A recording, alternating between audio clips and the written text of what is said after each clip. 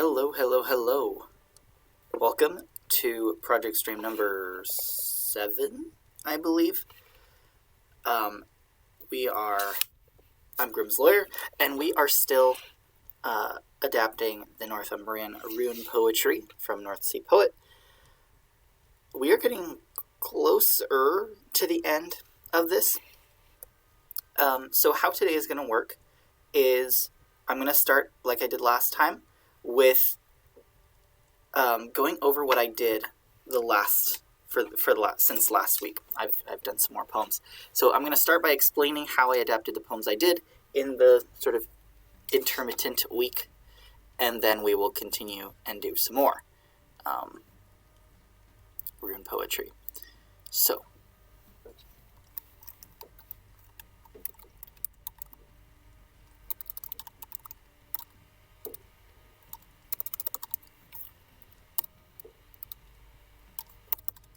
I'm just getting something ready. I thought it was ready, and now it's not. I've had so many technical difficulties trying to start today. Don't know why that was happening, but it always has to be right before my stream that everything wants to update. Alright, so I have done 5 poems since last time. We ended last time finishing Man here. So we're going to move on, and I'm going to explain how I adapted the Lau poem that North Sea Poet wrote. Oh, I also need to link North Sea Poet's Twitch.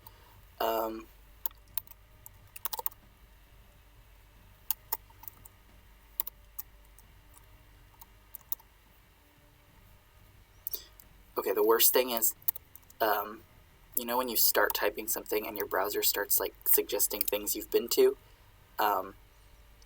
It was doing that, and then I typed more letters that are part of what I was trying to type, and it stopped showing me. And this happens a lot to me. I don't know why it happens. Okay,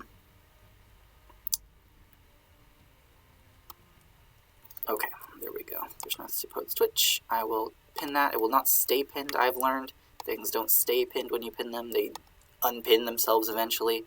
Don't know how to... Oh, customize time. Okay. Sorry, I'm still trying to learn how to use this Twitch chat. It's like a widget that is on OBS. Customize time. Manually unpin. I tried to click manually unpin. It can't be longer than 30 minutes.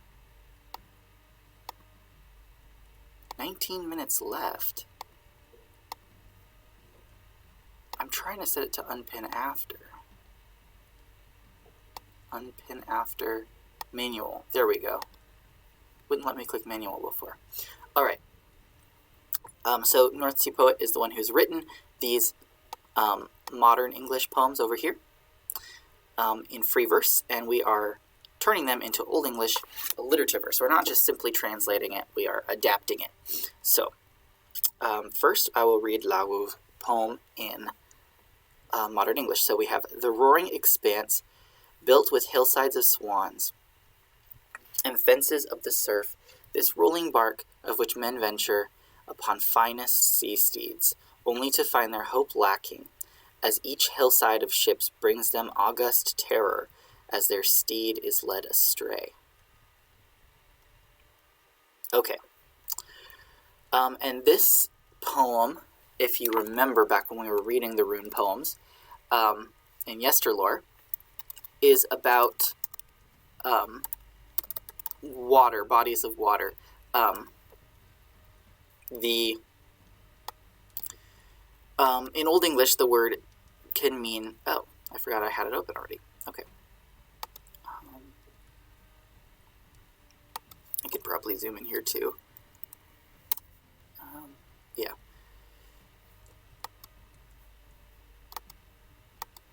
Alright.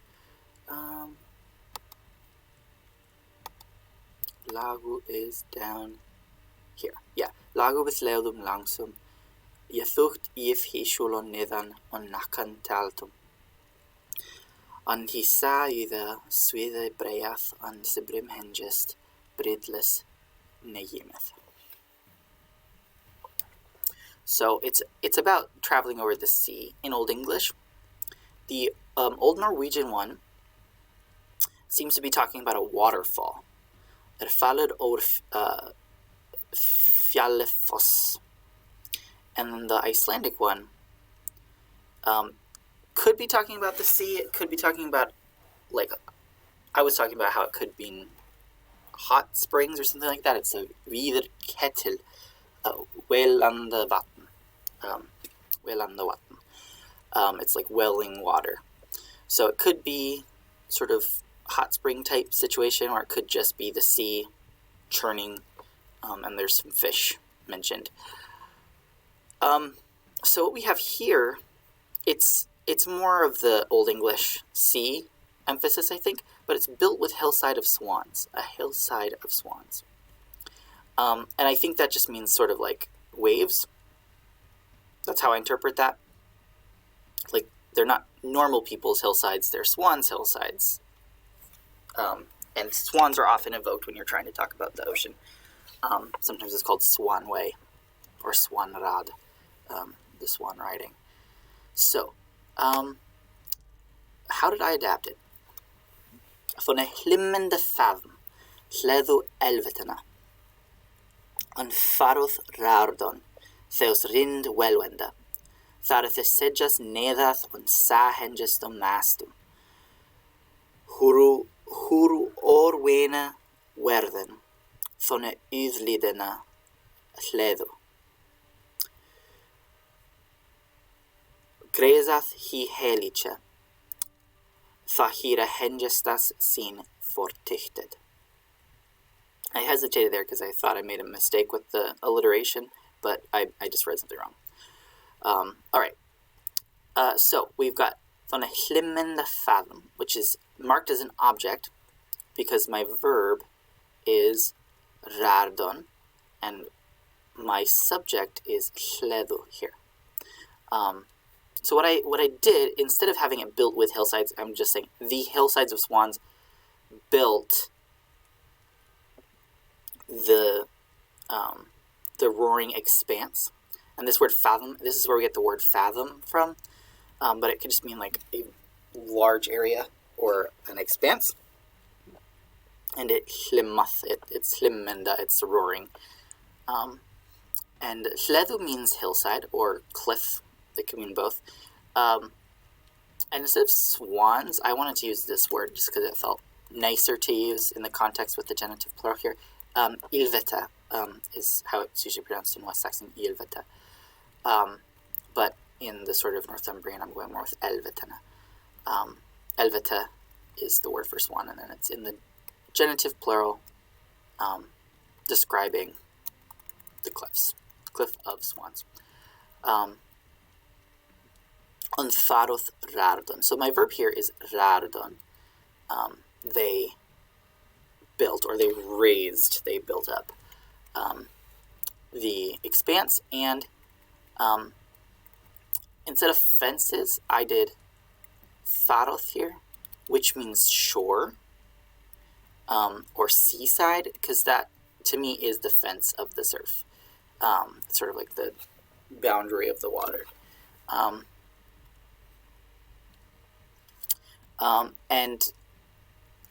My alliteration here is with R, so it's theos rind. Rind is bark, and this is where we get the word rind from in modern English.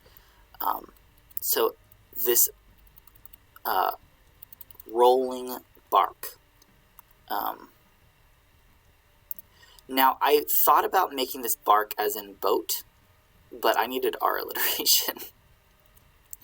And I was thinking of, I kind of get a double meaning from bark here. I don't know if this is correct. If North Sea Poet ends up joining the stream, maybe they can clarify that, or I could just ask them later. Because bark means boat, but boat seemed too on the nose here. I've noticed North Sea Poet likes to use kennings where they can. So I was seeing bark as in like the surface of the water being sort of not smooth, but rough, like bark on a tree. And so that's how I chose to interpret it here and translate it. But if it's boat, I can rework this, and I might need to change the verb, but that would be doable.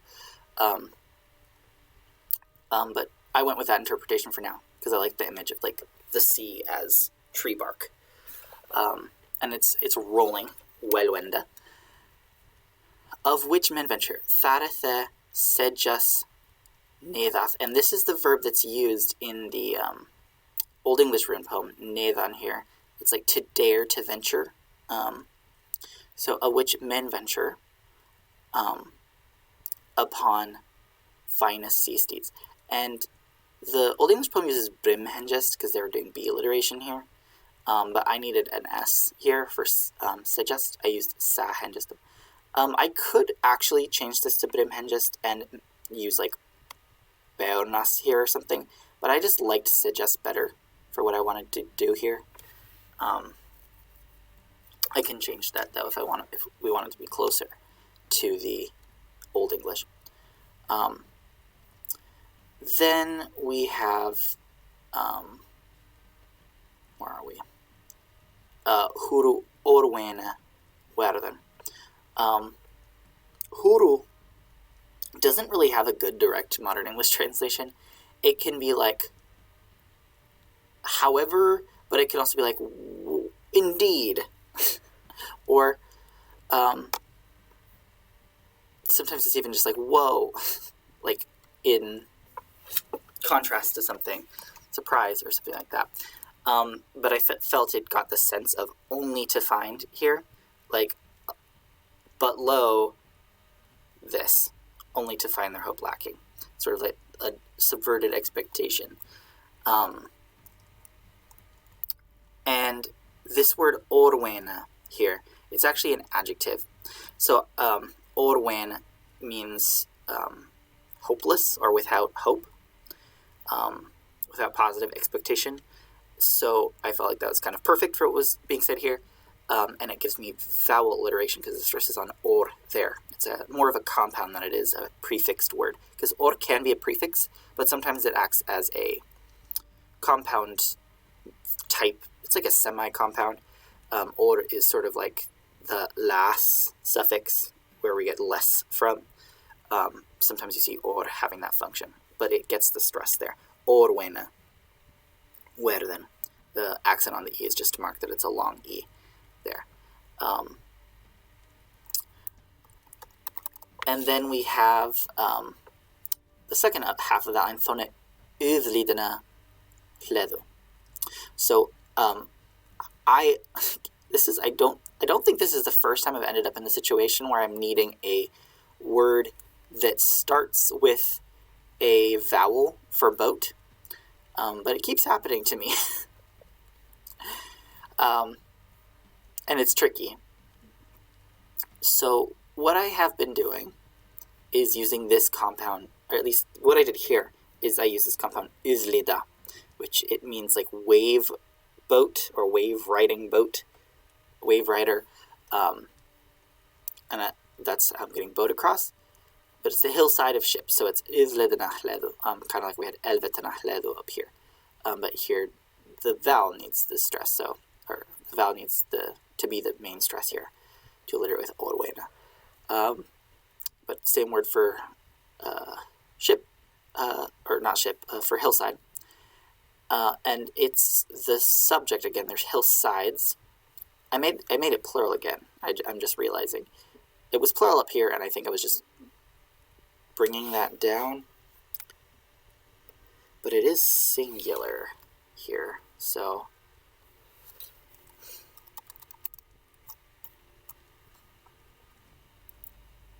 in the modern English, I mean.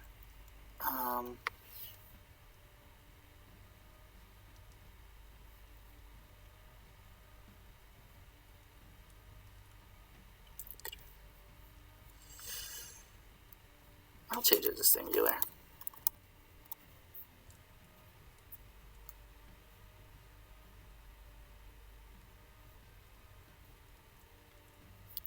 So in the singular, it's hlith. Hlith. Hlith. Grezeth. It would be grist in West Saxon, but I think it would stay grezeth in Northumbrian.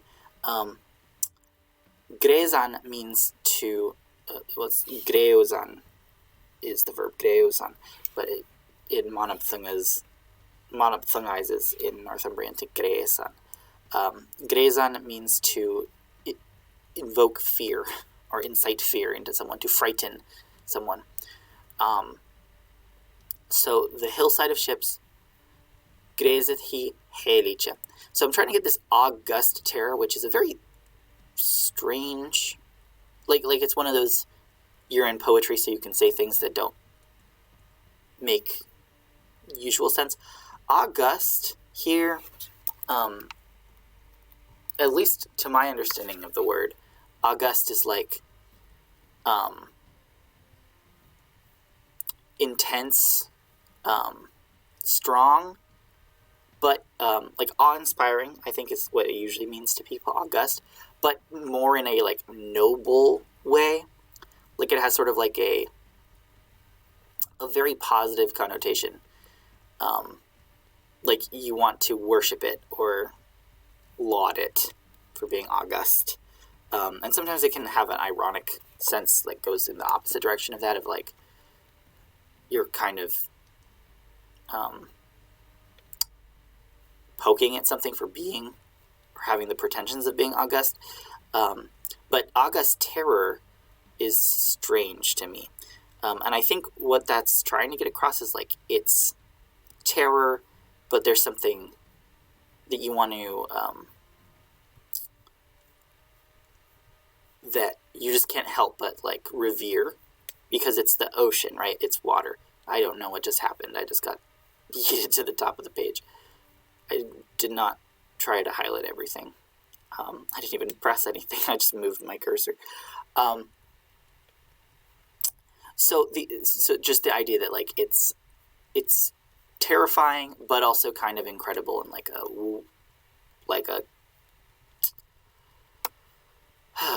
I'm having trouble explaining myself today. What I did to get this sort of idea across was, because I turned bring them terror into a verb, I needed an adverb for august, and I just used helice, is what it usually is in West Saxon, or just helice in Northumbrian. So it's like, this is the word where we get highly from, but it's more, in Old English can often have more like,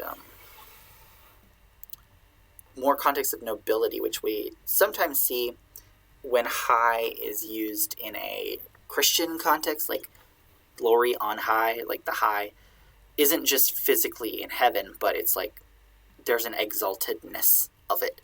And that's sort of what's being expressed here. Like it terrifies them in a not divine, but like noble way, I guess. Like it's awe-inspiringly amazing, the terror. And it's good that I got to use this word, because then I get H alliteration. La hira hengestas H here. The hira doesn't count, it's just a possessive adjective here. Tha hira hengestas sin fortichted. Fortichted here is just like drawn away from where they're supposed to go. And seen here is they may be. It's sort of like a consequential, if this happens, then this may happen, hypothetically. And hengest, again, for steed. So, that's how I did Lau. Then we've got Ing. Ing. Okay. And we definitely got like a very Norse sort of Norse mythology thing going on here. I've noticed that in a lot of things, which makes sense for the poet. And in Northumbria, you would have had, at least in the Danelaw period, you would have had a lot of Scandinavian influence in this region of England anyway. There would have been a lot of Norse heathens there. So, Ing. Bär faran an Freuye Twiza. Oh wait, I need to read the modern English first. What am I doing? Seafarer's son and lady's twin, once crowned as priest and king, to whom the home of elves gifted, where ancestral spirits dwell. But over heaven's jewel, and over heaven's tears, he rules high and well, and when the twilight comes, eastward he sails, upon folding ship to gain renown as Beli's slayer. So we've got a lot of Norse mythology here. Beli, the lady, being Freya here, and he's Freyr, and the seafarer here, I believe, is supposed to be Njörð, and we've got Beli. I think I mentioned that already. But then the eastward part, that is coming from the Old English rune poem, I believe. Ingwas arist med ast denum jesewin sejum othat sidan ast over why wat one after run. So he was first known among the East Danes, but then he goes east again over the waves. And his wagon ran after. I think we definitely talked about that when we were doing the Old English rune poem. But instead of his wagon here, we have Skidbladnir. Skidbladnir being his ship that can fold small. So I'm going to now read my translation and I'll explain it. Bern faran an freu je twiza, anes je beod to adalinga an thingera, thamte alva je fon, eldrena wonunga, ak over helvenas yimme an jend helvenas tachere. An jend helvenas tachere. Ríksath dom jerna, an tha derkun kometh, an tha derkun kumma, tha ast he jewita an eiflotan jefaldenlikum, to bellan banan badulovestrinan. So, let's start from the beginning. So, I needed F alliteration very badly, because I knew I was going to need to use freo here. Freo may be cognate to Freya. It's actually unclear how it relates etymologically. There's some confusion about the etymology of this word, and it only seems to exist in Northumbria, this word. At least this word with this meaning. The word freo does appear all over the place. It means, it's usually an adjective, it means free. But there's also a noun, fra, elsewhere in England, that means lord, and this seems to be like some kind of archaic feminine form of that word that's not used very often, meaning lady. But it's interesting that we only have it attested in a Northumbrian context. So I needed the F alliteration for this word because it's the Northumbrian rune poem, and I was like, this is a great opportunity to use a specifically Northumbrian word for lady that may be cognate with the lady that's being referenced here. But because I needed F, there's no word for seafarer that I'm aware of that starts with F. Now this is just the word fara, which means farer, like traveler. But in poetry especially, it often just kind of inherently has the connotation of like sailor, because wandering in Old English poetry usually involves ships because it's very like sort of nautical poetic landscape that you have in Old English. So it's sort of like the child of the sailor or the wanderer. Now, I know wanderer is ambiguous when it comes to Old Norse and Old English paganism, because we often think of like Odin or Woden as the wanderer. But I'm hoping the context of the poetry is enough to get across that it's the seafarer. We have some sailing over water here.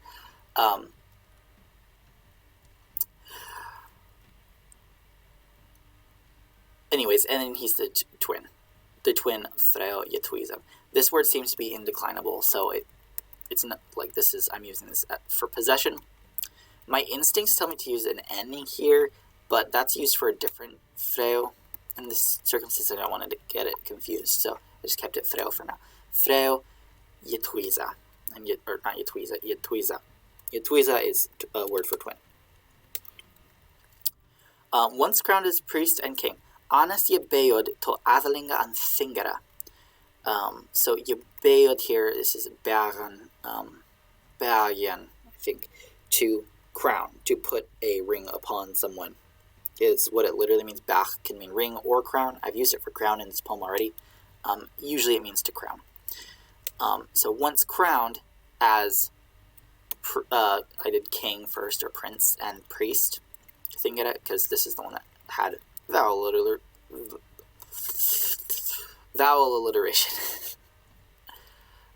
To whom the home of elves gifted. So,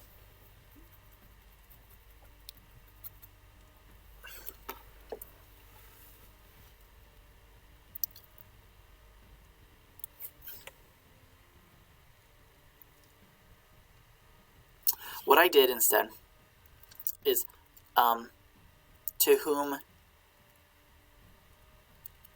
elves, wait, did I make a mistake here? Yeah, one, yeah, this is like, to whom,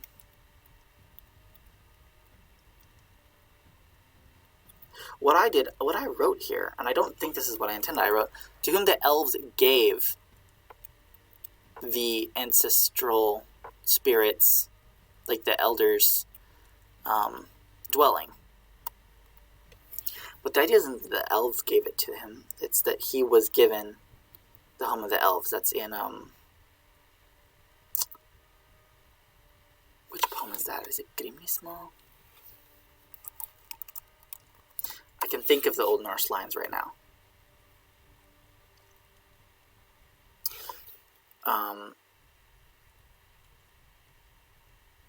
It's in Grimnismal.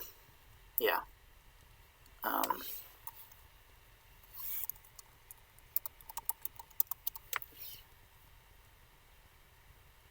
I'm going to double check this though. I'm like 99% certain that it's in Grimnismal. I'm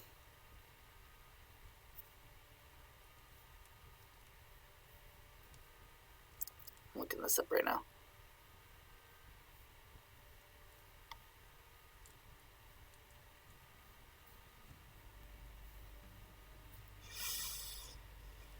Why am I having trouble finding the source of this?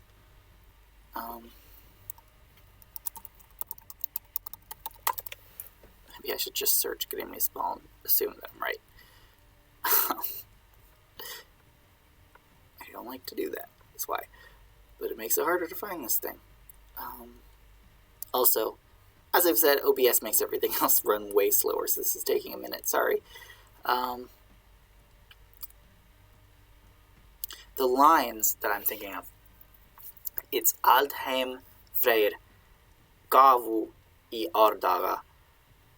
It's Fornudslag what's missing. No, Altheim Freyr Gavu I Ardaga.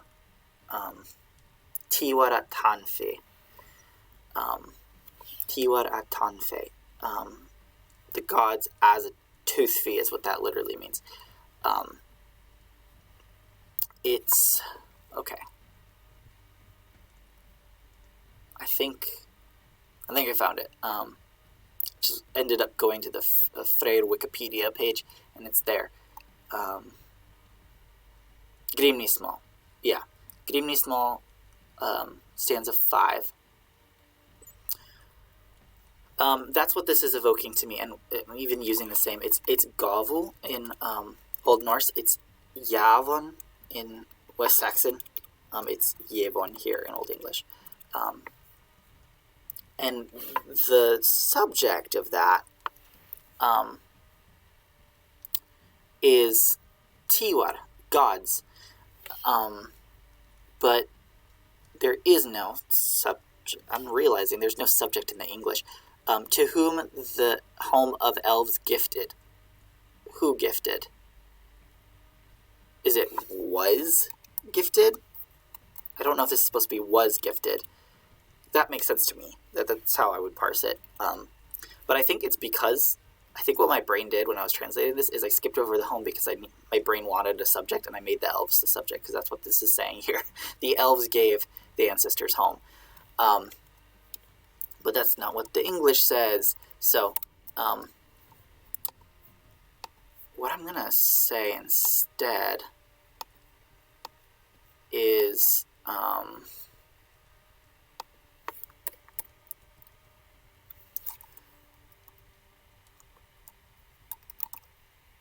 I'm going to do something. Okay, so I need elven home.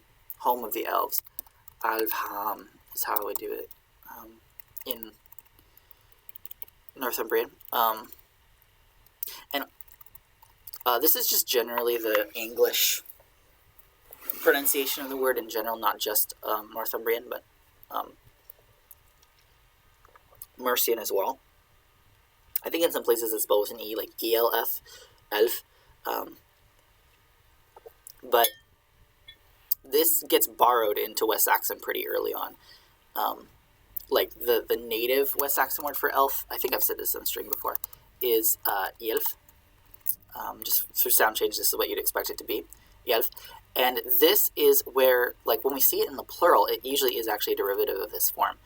Because in late West Saxon, this E tends to turn into U here. So you'll see ulve in the plural, and ulva for the genitive plural, instead of, but for some reason in the singular, like, they borrowed the Mercian usually into, and that's alv. So you'll see singular alv, but plural ulva in later, most of our manuscripts are later copies of earlier ones that are sort of like being edited to be more in line with late West Saxon, where it's spelled with this. But this is just the later consequence of this Yelva, of which the singular is Yelv. So yeah, just fun fact. But you don't really see Yelv in the singular very much. You see Av usually because of the borrowing from other dialects. I like to use Yelv. It just sounds nice. I really like this diphthong that West Saxon has. Anyways, what I'm going to do is Alfham, to whom the home of the elves was gifted. So instead of they gave, it's going to be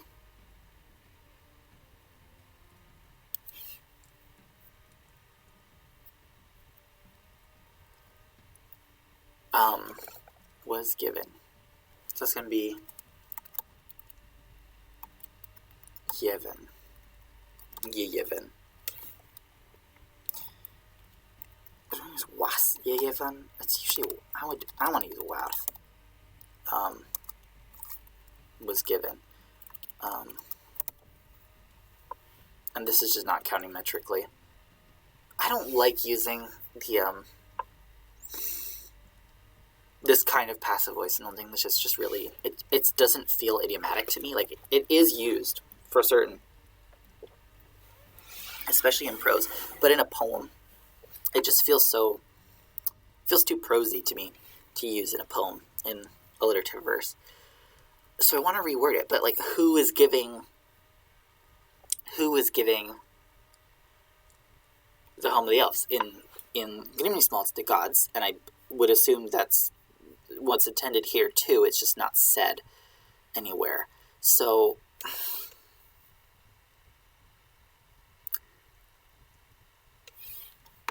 I could pull a Beowulf and just say they and bring it back to Yevon.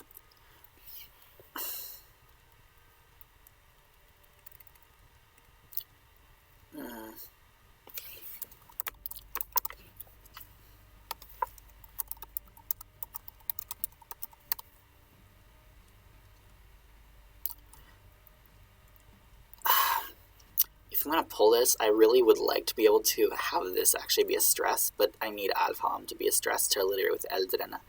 And I don't have enough space for another stress here, unless I just don't have a ye one, but then I don't have the verb that I need.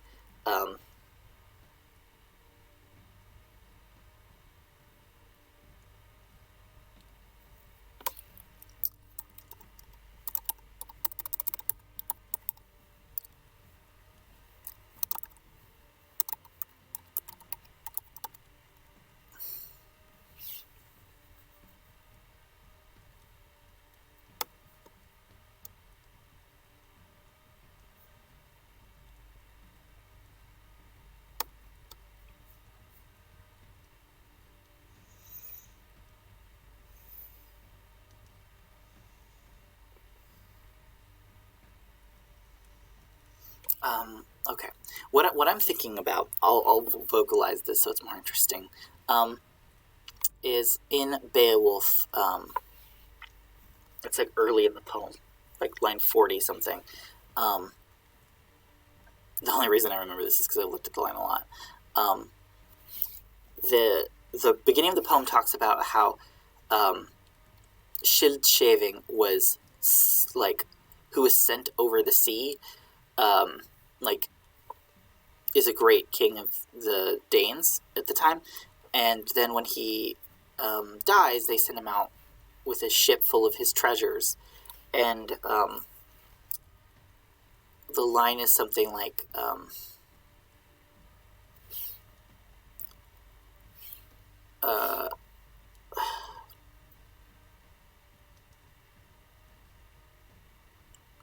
searching my brain. I don't have all of my Beowulf memorized. I'm not that. I haven't had time to do that yet. There are some Old English poems I have memorized and am memorizing, and like in the process of trying to memorize. Beowulf too long. I'm not going to do that. But there are bits of it that I've had to memorize for certain things. I think it's like Hina Lasan, something like that. Nalas Hina Lasan, Nalas Hina Lasan, Lacum Theodan, Theodiustreonum, Thonathadidon, the Hina at Frumschafta. What's the second half?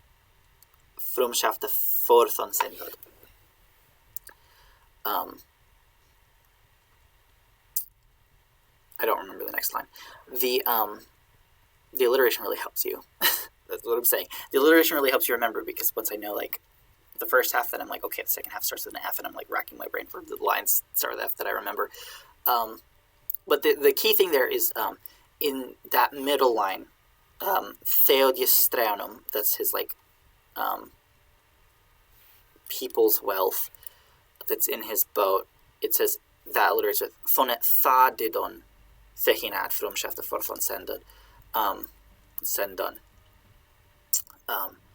The tha there, usually that word is not part of alliteration. You'll see a lot of tha that I don't stress.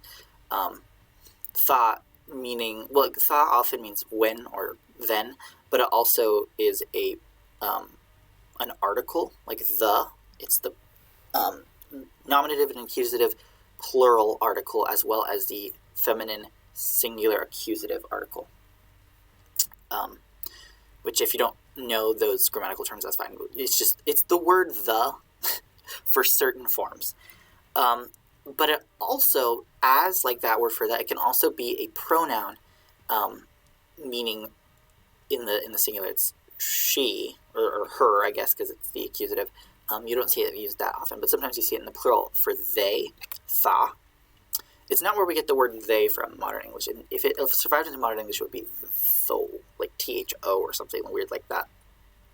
And I don't think that survives, at least in most English dialects. It did survive a little bit. But it is almost never stressed. But in that line, it is stressed, and it's part of the alliteration. And it means a vague, like they. And the comparison there that's being made is he's sent out over the sea as those did the ones who at the beginning sent him forth. Like, they're sending him back as they sent him, and it's never said in the poem who they is. I guess they are, but who the they is. But it seems like the implication is it's the gods. That's how I would read that, is that it's the gods who sent him. But that's never said explicitly. So, yeah, it's just interesting that tha gets stressed there when it's referring to they. Like, it's like a capital they, capital T they, whoever they is. And that's what I'm trying to do here, because the gods aren't mentioned here, but I'm pretty sure that's who, in the Old Norse poem, that's what it is. So what I'm trying to figure out is how to do that, but I can't get tha to be stressed here. I'd have to rework the entire line. Tha yevon. Because neither tha nor yevon alliterates with alham, and I need alham.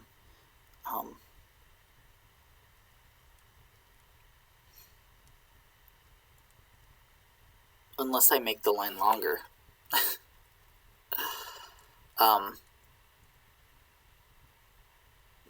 To whom they gave. I mean, I can have it mean they without stressing it. It's just nice to do so to indicate that it's like they, capital T. I guess capital Thorn, if you want to go that way. To those to whom they gave elfin home, the home of the elves, and it's the dwelling Wohnung of ancestors. Eldra is the Northumbrian. It's Eldra in West Saxon. Yeah. Anyways, I'm gonna actually read the poem now. Oh wait, no, I did read the whole poem. I'm going through.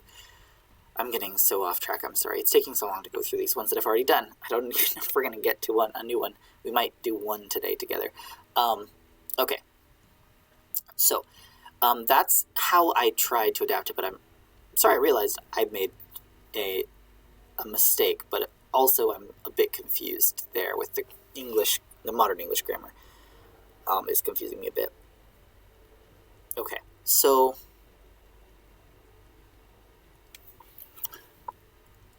After that part, it's, but over heaven's jewel, over heaven's tears, he rules high and well. The twilight comes. So here's what I did. But ak over heaven's yimme, angien heaven's tahara. Over heaven's jewel, that's pretty, it's one for one, and over, like beyond, heaven's tears, yend, this is yond, usually in other dialects. Heaven's tahara.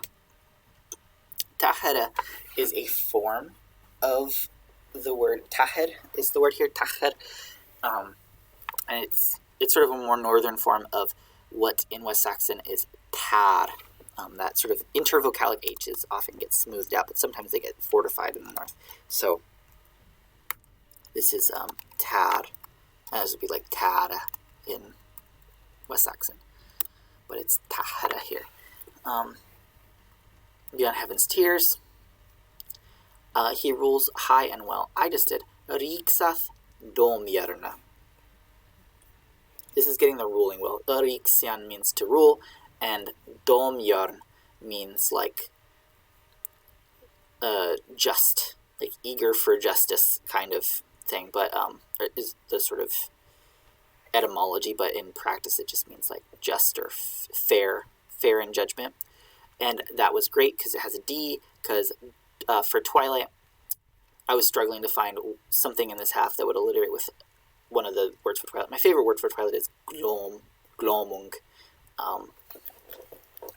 gloaming. We don't really have that word anymore. We have the word gloom. Gloam can just by itself mean Twilight as well. But I needed something that alliterates, and domjörna alliterates with derkung. And this is like darking. The darking is how you say one of the words for Twilight. And when darking comes, and I'm having it be subjunctive here, sort of indicate like a consequential type thing. Whenever this thing happens, then this other thing happens. So these verbs are also in, or this verb, this is the only other conjugated verb here, is in the subjunctive. But it is the same verb that is used in the Old English poem. It's Sithen asked over the why Yawat. He departed over the wave east. And here I have the asked he Yawita. When east he departed. Getting this folding ship was tricky, and I managed to find another way to talk about a ship with a vowel alliteration by making something up. Wait, actually, is Eiflota, did I coin that, or did I actually manage to find it?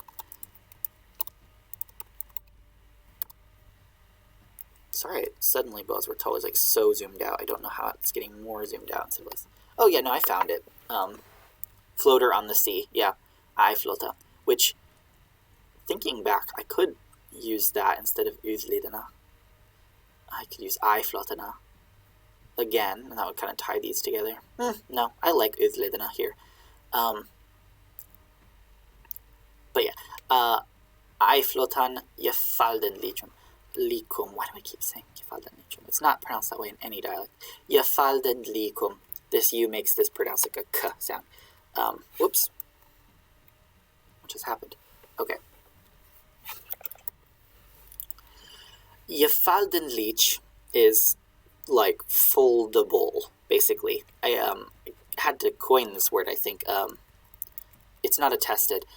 Like all the parts of it are attested. Fold and then endlich, endly is one way to saying like something is capable of being this. Like usually it's a verb, and here I'm using the verb faldan to fold. So capable of being folded. Boat. Upon a folding boat. To gain renown as Beli's slayer. So, what I did here is, instead of translating that directly, I did,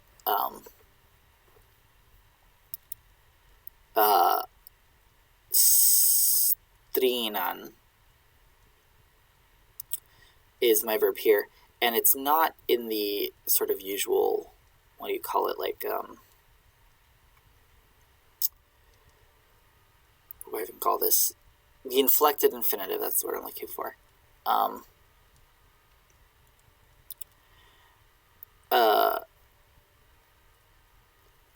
It's just the normal infinitive there, unconjugated form of the verb. Usually the inflected infinitive is used when you have like a consequence, like in order to do something, which is what's happening here. But that's not what I did. Sometimes in poetry that's like foregone, and they don't do that for reasons.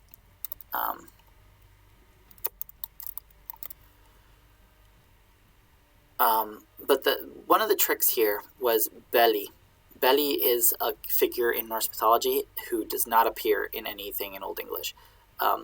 He is he's in some poems. I think he's in Voluspa, and he's probably in Ylfaginning as well. I don't have anything from Ylfaginning memorized. I tend to remember poems better than I do prose.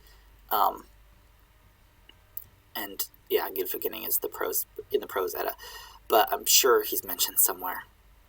But Beli, anyway, is a Jotun, and he is, all we know about him is that Freyr slays him. Freyr is called Beliabana, or Beliabani, or Bani Belia. I don't remember what order it's in. It's one of those though. What that means is it's Beli, the slayer of Beli, the Jotun. And Beli seems very clearly to be a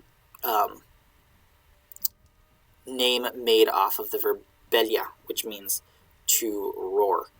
And there are cognates to that in Old English, but not direct cognates. Like belia is what we'd call like a ya. What do you call it? Like a ya? I'm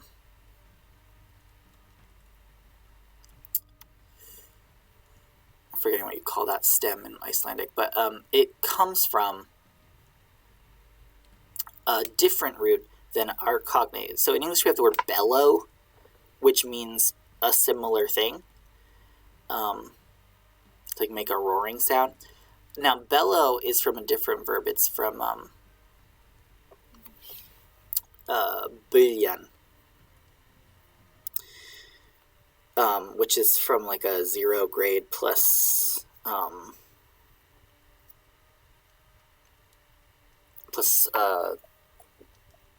derivational suffix. I'm so foggy right now. I'm so sorry. I had hoped to have breakfast before the stream, but it did not end up happening. But there is a verb bellan, which exists in Old English. It's related to the noun bell that we still use, like, a bell.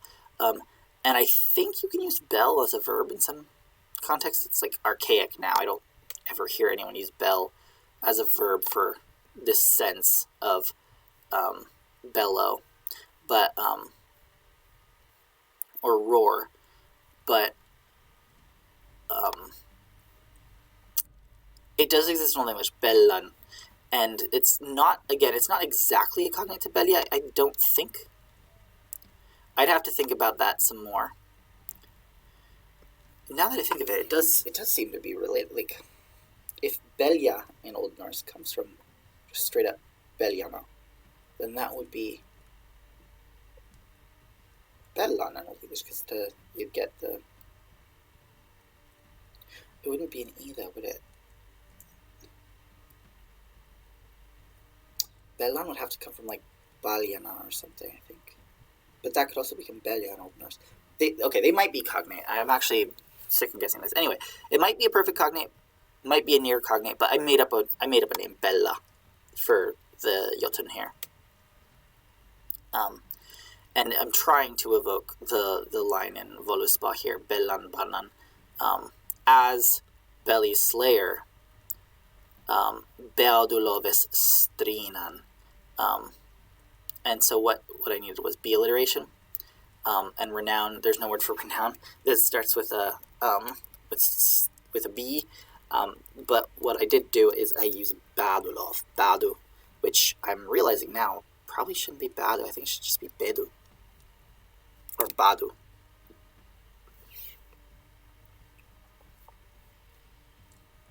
I don't think it would break there. I'm going to check, though. I'm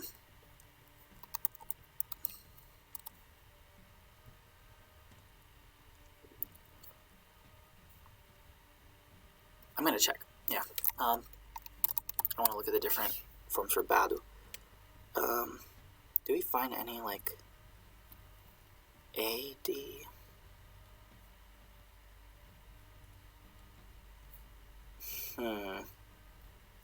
No. It comes from Badu. But I'm forgetting what Northumbrian does with these sort of, like, these places where the breaking is happening, not triggered by its usual stuff. I think it would just be Badu. I'm going to keep it Badu. I'll figure out the Northumbrianization details later anyway. I'm just trying to do it a little bit more proactively as we go. But Badu love being praise, so and then Strinan means to get or obtain something. So to obtain battle praise as Beli's slayer. Beli's bane. Alright, that's how I did ink. Let's move on to the next one. We've got Evel. So let me read the modern English one here. Dearest to all, whether king or thrall, even in humble build a castle it is, that guards against the wind, and keeps fire and kin shielded within, where memories are shaped between friend, lover, or brood, and more than hall or friend it is. But more than hall or friend it is, when it brings connection and joy, yet the bitter Cretans believe it is a gift of the forefathers. So, this one is about, this is Edel, and Edel, you might remember, means like a homestead or property, or just, if you want to like expand the semantics of that a little bit, stretch that poetically to just be like home, basically, you can, but it means like the property, the estate where someone lives, usually land that's kept by a noble, but it can just also be where you live. And we see in Old English it's overlove. It's overly loved, not in a bad sense, but like in a, we love it so much. Super loved. Overlove. I Huilchum men. It's by everyone. Huilkum. I'm doing that with this word too. I Huilkum men. Ifhemot tharrichte sanjarizanan brukanon bolda bladum oftast. So just lots of prosperity and appreciation for one's home, basically. And we get a similar sense here. It's dear to everyone. The home is important to everyone. Anyways, that's not, when I say home, I mean it in a more general sense, wherever you happen to find home. When I say that, the idea though is like, no matter what class you are here, king, thrall, home is home, basically, is what's getting across in this poem here. And here's how I adapted it. Allum direst, whether je drichtne je esna, evne on nahum je berge. Evne on nahum je berge. Het is borgsal met windum. Je kenas haldeth, je kin shieldeth, thar je minde wexath met mahum and winum. Ac ma van a selle oder akker, van a sibbe quikath. Ac hinderlingas je levath, that de hit si lak eldrena. Okay, so, dearest all, allum dearest, easy, okay. Dearest of all, well, to all, dearest. Whether je drichtne je esna. I needed something to alliterative D, so I chose drichten for king. It means it's one of the many words for lord. And then esna means thrall. And then we have evne on nahum je berge. Nach means sort of like humble or lowly or, basically those ideas. So even on nahum je berge, even on a humble, this is Yeberg here. Humble, this is one of many words for like dwelling. It's, berg by itself can mean, like mountain or hill or like elevated place.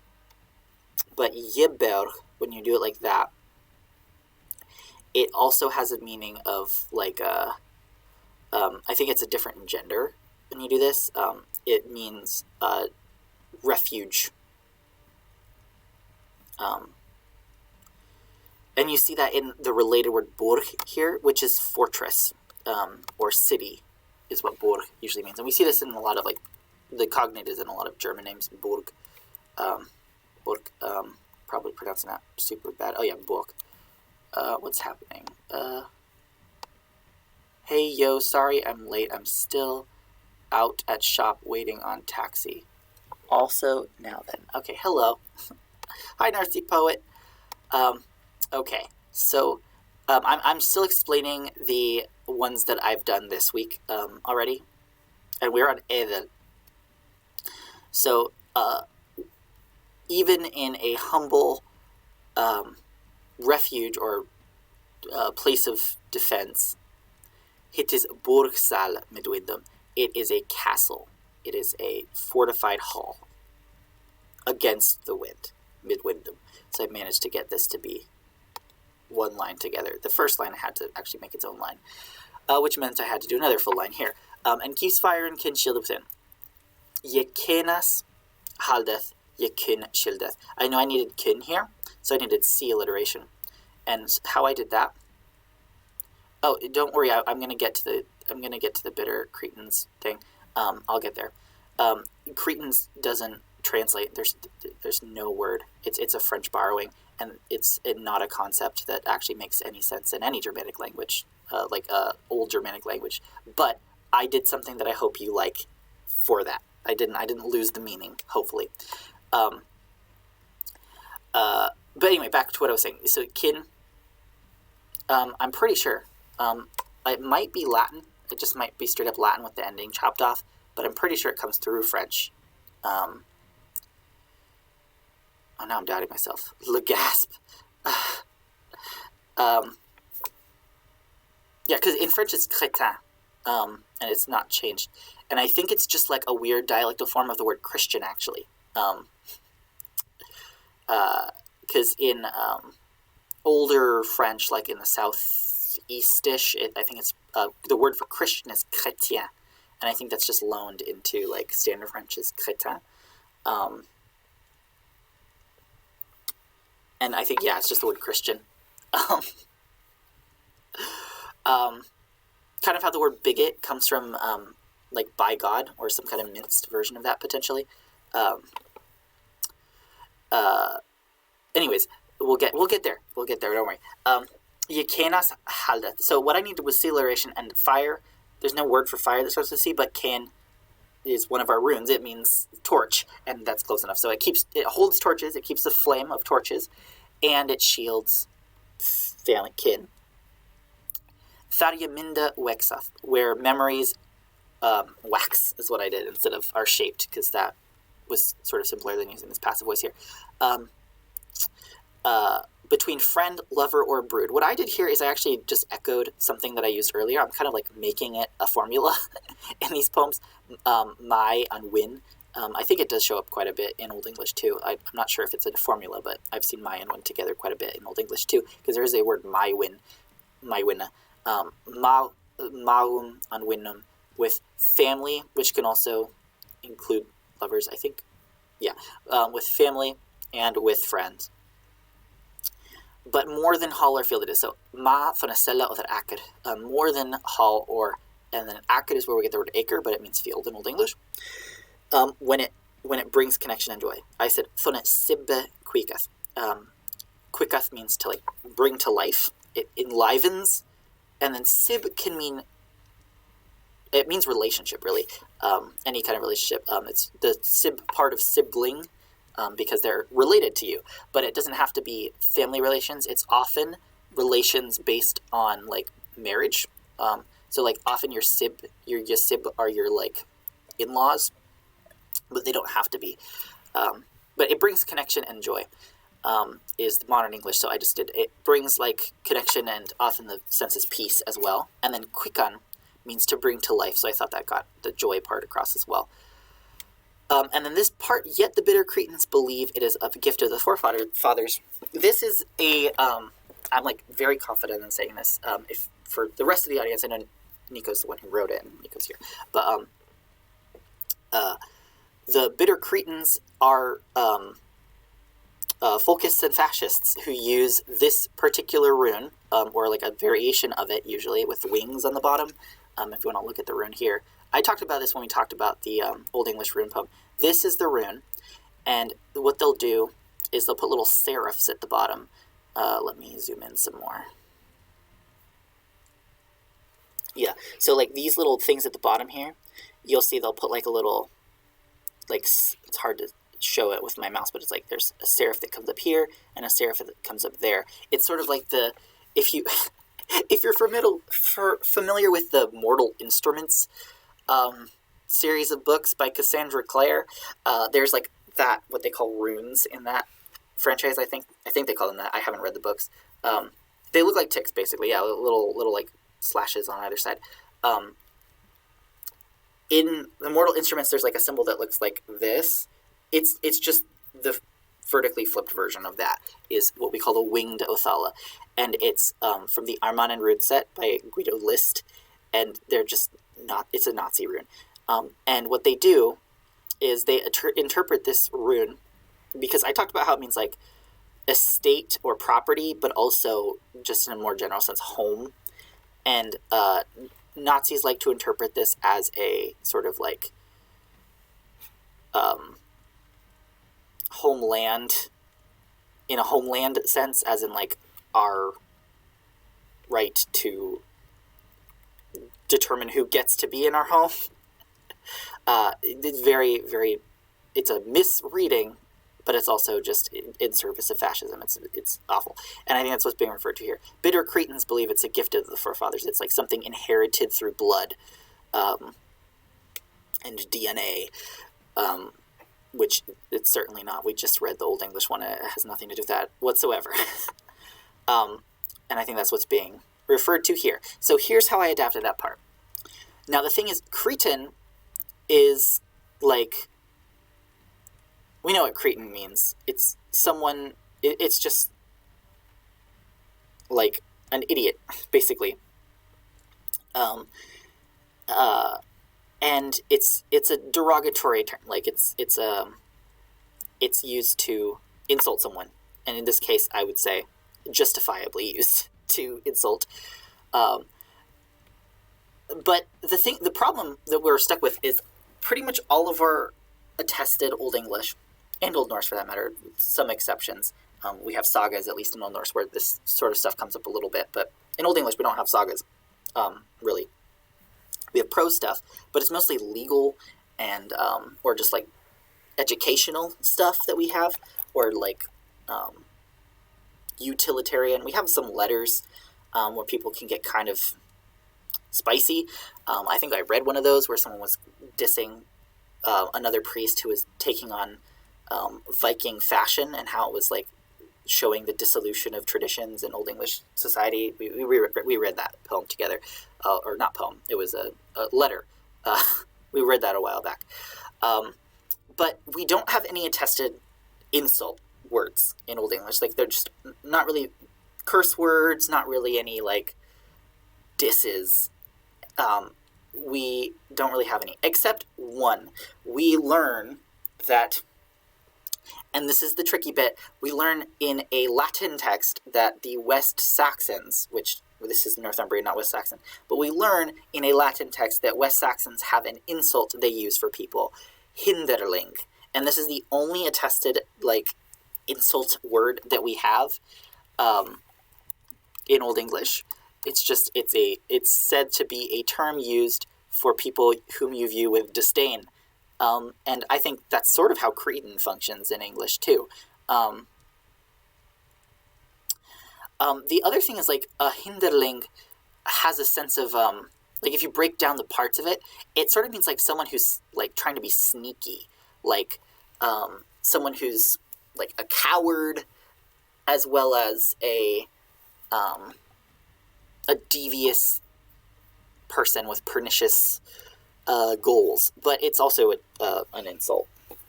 And I believe it survives into Middle English, and we see more instances of it in Middle English where it just means like a coward.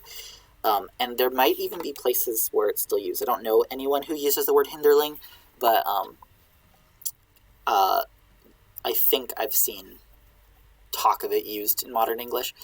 But so here's what I did. I used hinderlingas, underhanded idiots with pernicious views who are trying to be sneaky with their using runes to hide their fascism. They believe that it is a gift of the forefathers. That's what I did here. So they believe, hinderlingas yelevath, thata, that it is, and I have this C here for, this is like the subjunctive again. It's sort of like, they believe this thing, but it's not true. It's like a hypothetical.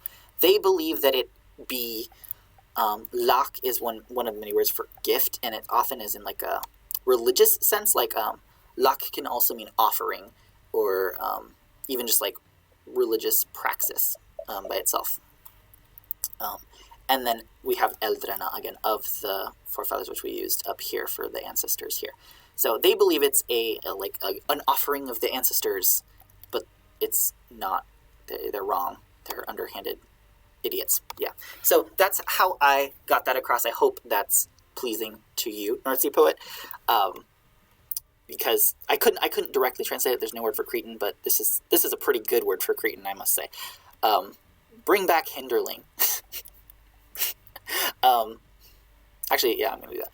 Okay, let's move on. I think I did two more, and I don't even know if we're gonna have time to do another one today in stream, because it might take the rest of the, 17 minutes I have left before the stream ends.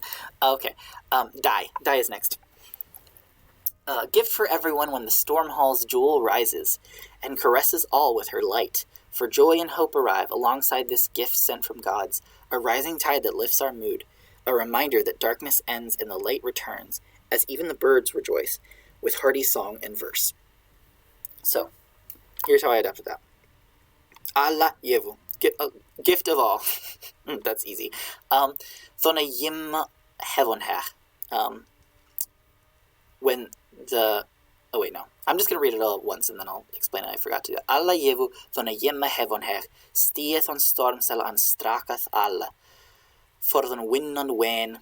Wadeth to evnes. This gavel of Godum. Je gladath us on moda. An minjath us awa. Thas je maris hovman. An thas edcumus leoman. Swa lift fleyendes ahlehaf. Mid modje drima an meteria werka. Okay, this one ended up being really long. You'll see I have 1, 2, 3, 4 full lines here. Just because a lot of these were pretty meaty and thick half lines to not fit in a half line, but then the more I do that are full, the more I'm also going to have to do that are full because they need to match up. Like I need, for anything to be a half line, there needs to be the next one that is also a half line. So I ended up with like some extra stuff I needed to work in. But let me back translate here. So we have a gift for all, or a gift, really it's a gift of all. When what I did was the heaven high gem, the heaven high jewel, rises in the storm hall. And I needed to do that because of the alliteration of the st. When you have an st, you can't just alliterate with any other s. It has to also be st. So I was kind of in a bind, and I needed Stormcella to alliterate with these other ones with st, because I knew I was going to have rise, and rise is stian. That's one word for rise. And Stormcella, stian, those alliterate. That was a perfect opportunity, so I had to kind of switch that around a bit. So when the heaven high jewel rises in the storm hall, unstraketh alla, and caresses all. This is actually where we get the word stroke from, and it means stroke in Old English, but it alliterates thankfully with st, so it's good for the caresses sense here. It strokes everyone. For them win and wen wadeth to evnes. So this needed to be a full line as well because the prior one had been. So I needed to stretch this out. This is for joy and hope arrive, and here's what I did. For joy and hope, win and wen, those thankfully alliterate in Old English. Wadeth to evnes. To evnes means like alongside them or like in the midst of them. Likewise, so they arrive, and I just realized this needs to be plural. Wadath to evnes. There we go. Wadath to evnes. And then it's this gavel of Godum je gledeth us on moda. So part of what I did is alongside here is a preposition. They arrive alongside the gift, but I just had it be they go. I needed to use wadan for the W alliteration. It just means they go alongside, along with, like as an adverb. They go with, period, or like I guess comma here. And then this gift from the gods of Godum, je gladath us on moda. It gladdens us. It rises our mood. It gladdens us in mood, in our hearts, and reminds us, min yath us awa. It always reminds us. I needed an extra stress here, so I just threw awa in here because this needed to be a full line because of the stuff that was going on later. Thas yemaris hovman, so I did M alliteration there. Yemar here is the like a boundary, a reminder of the end of darkness. Hofma means like shadow. It's a really rare word for shadow. I think it only comes up once or twice, but I really like the sound of it, Hofma. So I wanted to use it. It reminds us of the end of shadow instead of that darkness. And it reminds us of the end of shadow and of the return of light instead of and the light returns. There's edcumus of the coming back of light, leoman. This might need to change to Northumbrianize it, but I'm not quite sure what happens here because it's like leuchmo with an H. So I don't know how that's going to affect what happens to the AO diphthong in Northumbrian because it usually monophthongizes to one vowel, but I don't know what happens with the length here and with respect to the H that used to be there. I'm going to need to do some checking when I'm done with all the poems to make sure they're all fitting Northumbrian pretty well. All right. And the light returns, and of the return of light, as even the birds rejoice. Swa luftfleyendum, luftfleyendas ahlehas. So I need an L here. Oh, well, I needed either a vowel or an L, and I couldn't think of a word for bird that started with a vowel, but there is luftfleyend, which means luftfleyend is the sort of more standard. Luftfleyend means like air flyer, literally. And that's a word that's used. It's attested for bird, so I use that. Luftfleyendas ahlehas. They rejoice. Sorry, my dog is barking. I will be right back.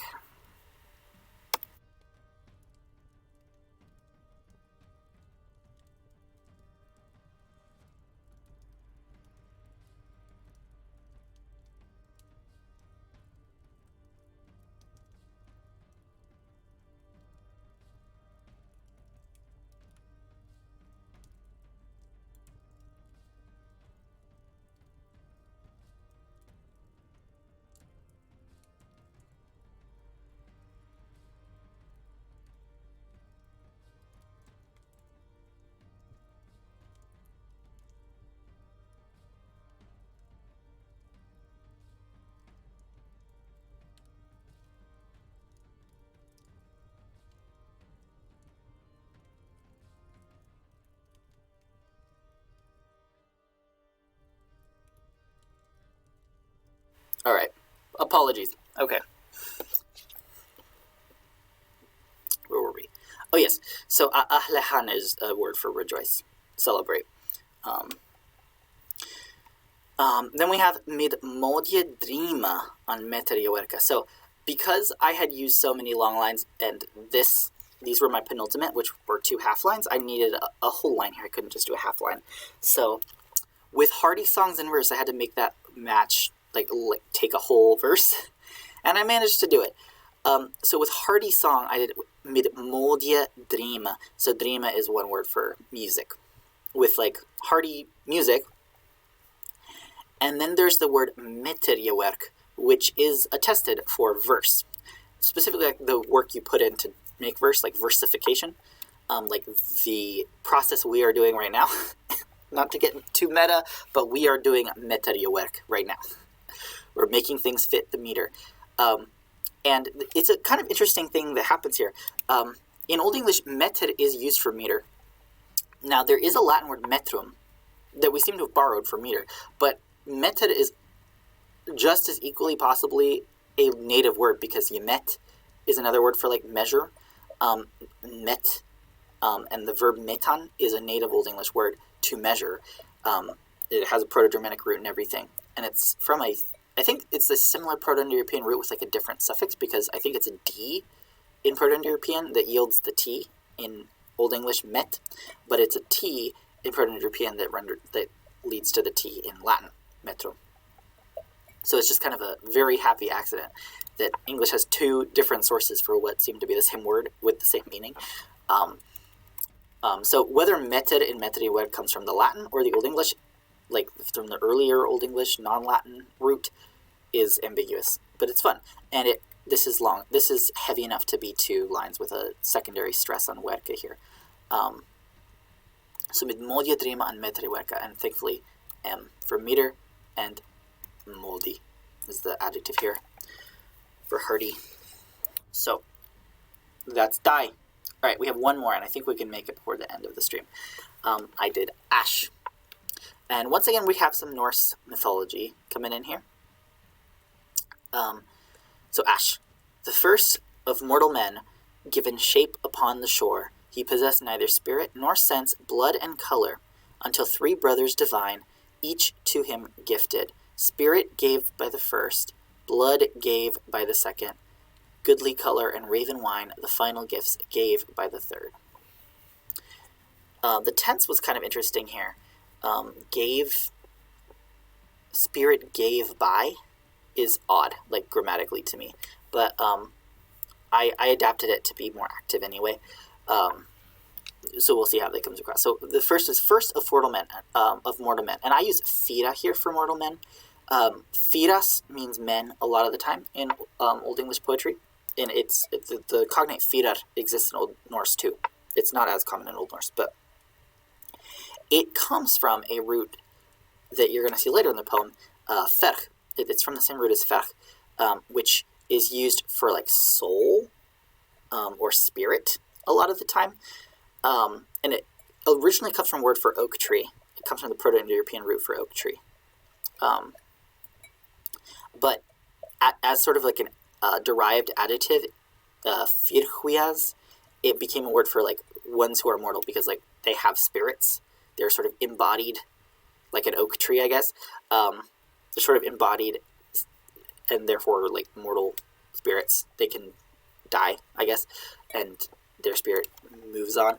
But yeah, but in like the actual context of Old English poetry, it's just another one of those generic words for people. Firas. So yeah, fira forman, first of men, first of people. And forma is the word for first. It's forman here because well, the reason I had it as forma is because there was going to be a verb, or like there's going to be a verb with a subject. But I just realized I used a past participle here, like is in the modern English. First of mortal men given shape upon the shore. This doesn't need to be accusative then, yeah. Fira forma on faro de geschapen. On the shore, shaped, shapen. So I really liked faro is a word for shore, and it beautifully alliterates with fira and forma, so great. And then he possesses neither spirit nor sense, blood, and color. So this was tricky to get into just one line with two half lines. What I did, I said, he ach ne ferch ne flashes blood. Because they also needed it to alliterate, and that was the other challenge here. And what this means, ferch is that word for soul or spirit that I mentioned. Ferch is more like soul or mind in the sense of like your sort of inner sense or spirit, your heart. In Old English poetry, I've written an article on this actually about like the different sort of parts of the self and the soul in Old English poetry. There's sort of like your ferch, there are other words for it, which is your spirit, your soul, the part of you that comes in when you're born and leaves when you die. And it's often connected with breath in poetry. And then we have Christian writers in Old English talking about how the soul is not the breath because that messes with Christian theology, which tells us that the average person was equating the soul with the breath because that's what they're being told not to do. But in the poetry, it's preserving that, like spirit. And spirit does the same thing. The word spiritus means breath in Latin, as well as soul. It's rough for Christian theology. The other word that comes up for this is ghost. Similar thing here. And then we have ferch, which is derived from this word, but it's also called mold. It's usually called mold, actually. But there's lots of other words for it. Hreder, heart, herde, heart, breust, breast. All of those tend to refer to this idea of like your mind, or what we sometimes call your soul. It's like your sense of self, kind of like who you are and what decisions you make, and like your intellect and emotions all sort of rolled up together into this ferch, breust stuff. And I almost use breust here because it alliterates with blood here. But I wanted to get color across too. Because there's this and here, I was like, okay, these blood and color being like kind of grouped together. And so what I did is I did flashes blood. So flash is where we get the word flesh from.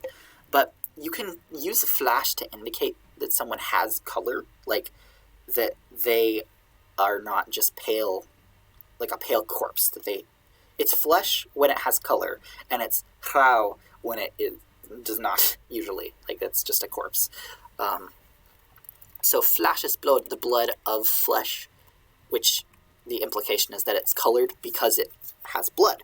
And this would be like the sort of part of the self that is related to like your physical body. And in Old English, interestingly, the body also seems to have its own sort of like sense of self, separate from the sense of self that you have as your mold.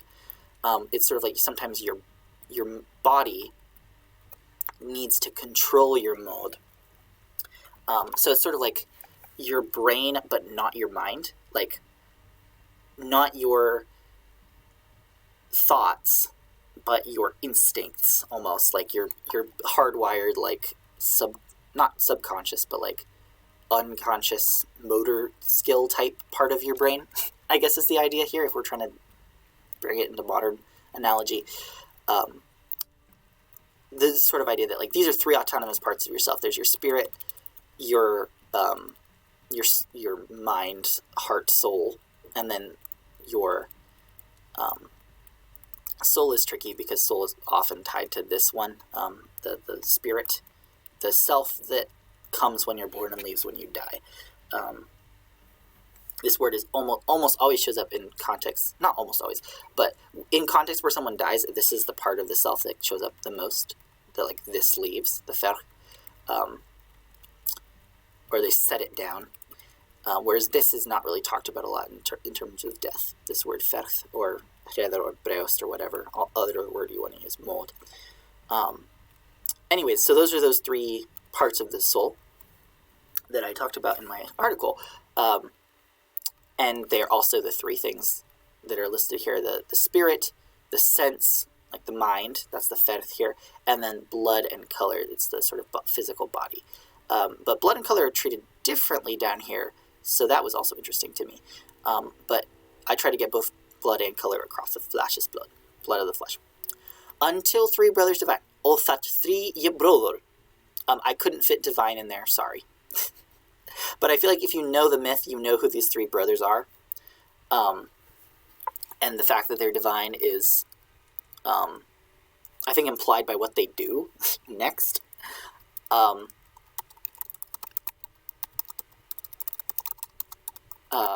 So if you don't know the Norse myth that's being referenced here, in Old Norse, the word for ash is ask.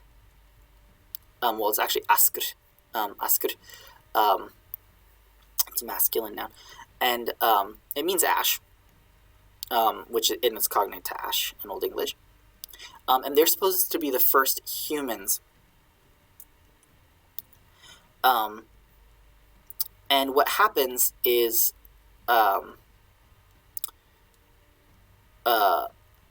Voluspa at least, it's Hönir, Odin, and Lothr are the three brothers who bring Ask and Embla as well to life. And I think the line is something very similar to this. They had neither spirit nor sense. I think this is actually a quote from Voluspa. In Gylfaginning, in the Prose Edda, which I've talked about not having any memorized of, but I do know that in that version, it's Vili, Ve, and Odin, who are the three brothers. And the thing about Vili, Ve, and Odin is that those names alliterate in Proto-Norse and in Proto-Germanic, and the cognates would alliterate in Old English. They'd all have W's, but W before O goes away in Old Norse, and that's why it's Odin and not like Vothen or something like that. It's Wili, We, Odin, but the W goes away. So those ones alliterated, which is fun. But anyway, three brothers, one of which is Odin for sure, in both versions. That's who this is, giving these gifts to man. So, what happened? So, of that three brother baron him Yahweh, they each to him bore. I had to use bore, like bring, instead of gift because I needed a B alliteration here. Because there's no thorn initial word for give that I could think of, but there was B for bear. So, Och the three bröder bar on him Yahweh. They each to him bore.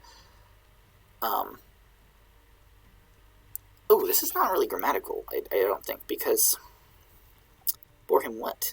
I mean, they were going to say what they bore him, but until three divine brothers each to him gifted. I think it's like gave gifts.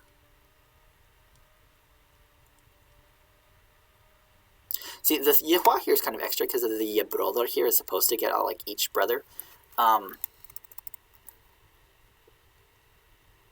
I need a noun here to be the object of bad on it because it can't just hang. Like if an Old English speaker was listening to this, they'd be like, bad on him.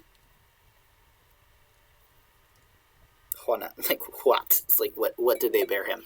Bearage can't just stand like that. I don't think gift can in modern English either, but this is poetry, so we're going to give it a pass. In modern English, we tend to be a lot less worried about grammaticality in poetry, as opposed to prose. Bad on him. I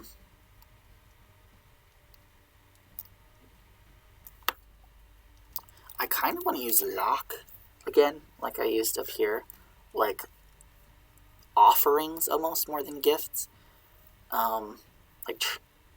Like this is like a ritual almost, like a divine thing, but it's in the other direction. It's like not humans to gods, but it's gods to humans, which is cool.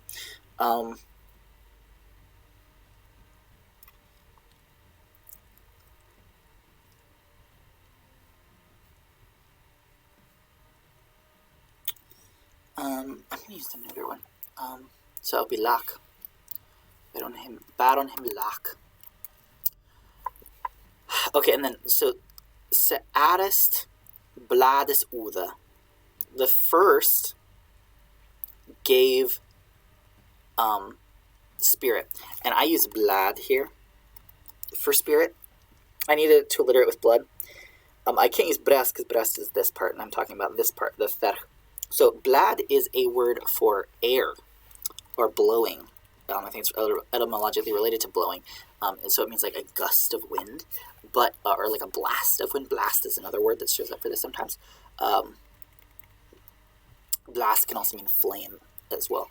But here blad is sometimes used for this sense of spirit as well. So blades uda. So the first gave spirit. And this is the verb unnan. I'm using the unnan to give, to grant, bestow. Se'arest blades unnan uda. Blodes se other. Blood the other. And I'm keeping blood in the genitive because that's what unnan takes for what you give. You actually use the genitive of the thing you give. And so I'm using the genitive of blood here just to indicate that we're using the same verb. Just mentally copy it down. Blodes se other. The second. Other is where we get other from, but in Old English, this is the word for second. It's the ordinal. Then we have godliches hiwes and raven weenes. Thankfully, raven and hue rhyme. This is where we get the word hue from. It's color. It's goodly hue and raven wine, and these are still in the genitive because they're still being given, because my verb is still uva here. Ende nextra jeva uda sefreda, and I struggled here to like get alliteration to work, but I chose for final ende next, like endmost final, and then gifts given by the third. Given the third gave is actually what it says. These are all the subjects. Sefreda, se other, se'arest, the first, the second, the third.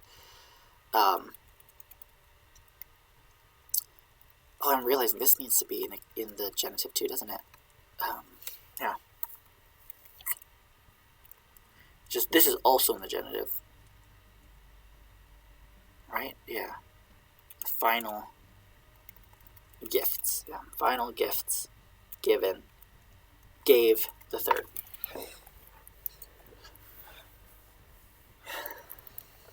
Okay, so that is the last one that I did, and we are 7 minutes past when I'm supposed to end. So we're going to stop there. I will do these on my own We have 1, 2, 3, 4, 5, 6, 7, 8 left to do.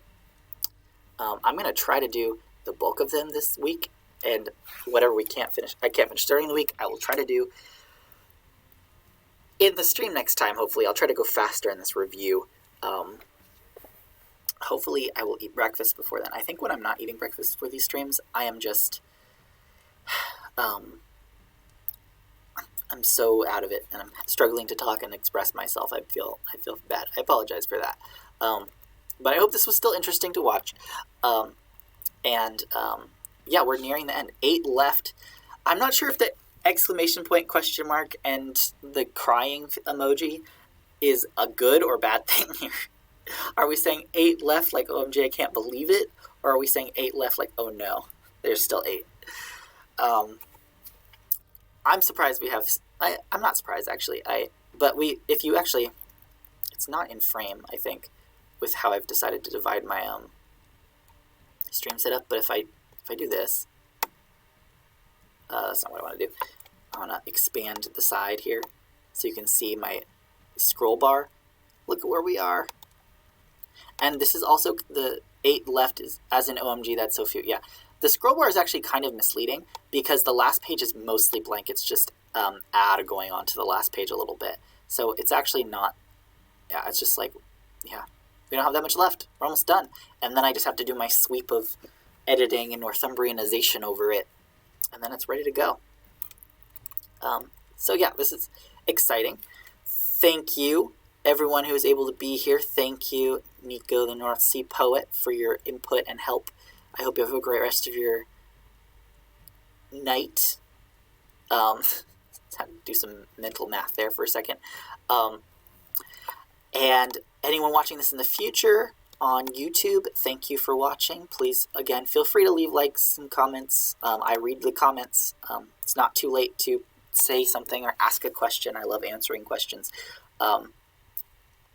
So that's where I'm going to leave it, though, for today. I hope to see some of you in Yesterlore on Friday. Sir Gawain has left King Arthur's court and is going on his adventure, where we are in Sir Gawain and the Green Knight. So we're going to be continuing that on Friday, and then we'll come back to this on Saturday, hopefully, with it either done or mostly done. Probably mostly done. I don't expect I'm going to finish this week, but we'll get pretty far, hopefully. All right. Thank you, and farewell.